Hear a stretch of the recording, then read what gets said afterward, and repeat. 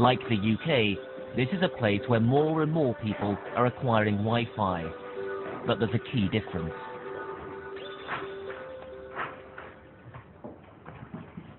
Okay, Sylvia. This is my living room. And today the painter has been here. And you see he has started painting black. And this is anti-radiation paint? Yes. Quite expensive. Very expensive.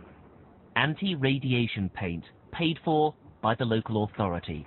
It shields her from neighbours' Wi-Fi and from nearby phone masts. So the Swedes have the same scientific evidence, but they recognise sufferers. In Swedish schools, even if there's only one person apparently affected by Wi-Fi, the system's removed and the classroom shielded.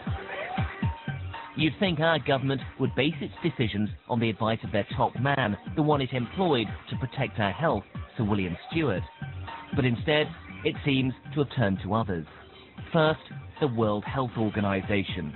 It's robust in its language, saying there are no adverse health effects from low-level, long-term exposure.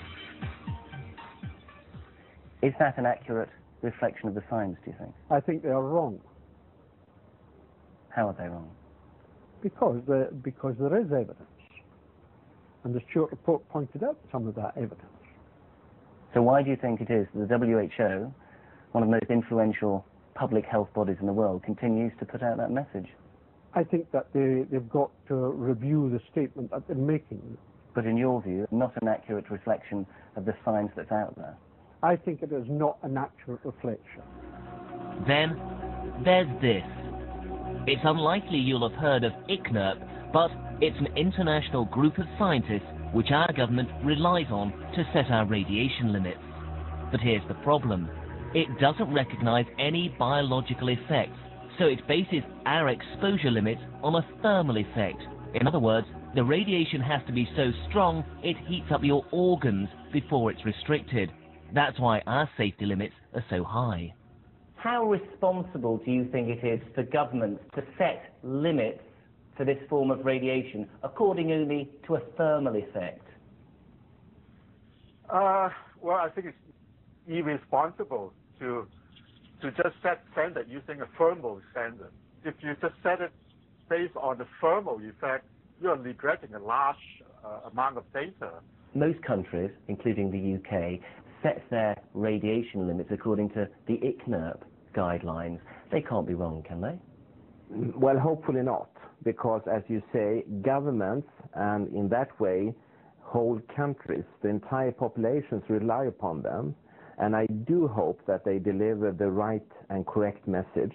However, I know also that they are heavily industry influenced, and I mean their basic message is that if you are below a certain thermal level, then it's all right. And are they right to set their guidelines only according to thermal effect? No. That's just rubbish, I would say. You know, you cannot put any emphasis on such guidelines. So, why do we? I went to Rome to meet the man our government seems to favour over its own advisor, Sir William Stewart. He's a scientist who's responsible for the WHO's position and who founded the standard-setting body ICNIRP. He's a controversial character. Dr. Mike Repaccioli no longer works for the WHO, but he's made decisions which affect all our lives. When you say on the WHO website there are no known adverse health effects, is that really giving people a complete picture of the science out there? When that statement was put on the website, it was meaning that those no health effects have been established. And when an effect has been established, it means it's been repeated in a number of laboratories using very good study techniques. But Henry Lyon will say that he's found them. Ollie Johansson will say he's found them. I mean, there are a number of highly esteemed scientists who say they have found them well beneath those levels. Are they wrong? If they're published, they are in the mix, because every review panel looks at all the studies along with other studies to see if they're comparable with those studies or point in the same direction. It's called a weight of evidence approach. And if that weight of evidence is not for there being an effect or not being an effect, that's the only way you can tell whether there's really an adverse health effect. But here's the controversy. Dr. Repacholi used to work for the very industry which helps create this form of radiation. Before working for the WHO, he'd been an expert witness for the phone industry, defending their right to site masts in controversial locations. Are you truly independent, do you think, as a scientist? Well, I don't know how people perceive me. I perceive myself. You know, I think you do know how people perceive you. I do. I've seen the websites. And people can say what they like. I know what I am. I will only say what the science says. And that's, to me, that's an independent view. If people perceive it differently, so be it. You didn't you, work for industry before the WHO and ICNIRP? I did. And you worked for them afterwards as well? I did. And I challenge anyone to say that I've changed my mind because of my funder, because I sure as hell haven't. So our government has a choice. Follow the recommendations of scientists like Dr. Repacholi and the WHO, who effectively say, roll it out, and don't stop unless someone proves there's a risk. Or follow their own advisor, who says, hold on, don't rush ahead until we know for sure it's safe. Until that's resolved, is it our kids who've become the test bed? Would you allow your children to sit in front of a Wi-Fi enabled computer day in, day out as they're going to school? That's a tough question to answer. I don't think so. Yeah, I would limit the exposure to this type of radiation. I would recommend to parents to tell the school to remove Wi-Fi, and otherwise I would change the school even. Really? You take it that seriously? Yes, very. If you had kids who were at a school at the moment and there was Wi-Fi being rolled out, any concern at all? None whatsoever. I'd make sure they had laptops and they could pick it up.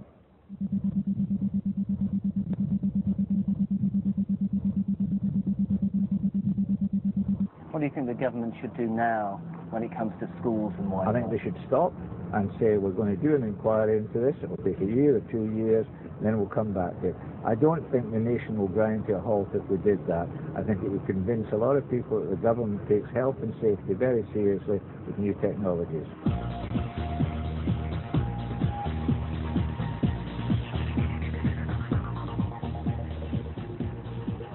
We asked the government for an interview about all this. It said no, and referred us instead to the Health Protection Agency. The chairman of that is Sir... Hang on a minute. It's Sir William Stewart. The very man who's indicated to Panorama just how uncomfortable he feels about the speed with which Wi-Fi is being rolled out. I believe that there is a need for a review of the Wi-Fi and other areas. How important is it to do that swiftly? I think it's timely for it to be done now. If it's not? Who knows? Paul Kenyon there, and the UK has 3,000 wireless hotspots and 51,000 mobile phone masts, and more are appearing every week. Next week it's Married to the Mob, the Manchester woman convicted of helping to run her Sicilian husband's mafia empire.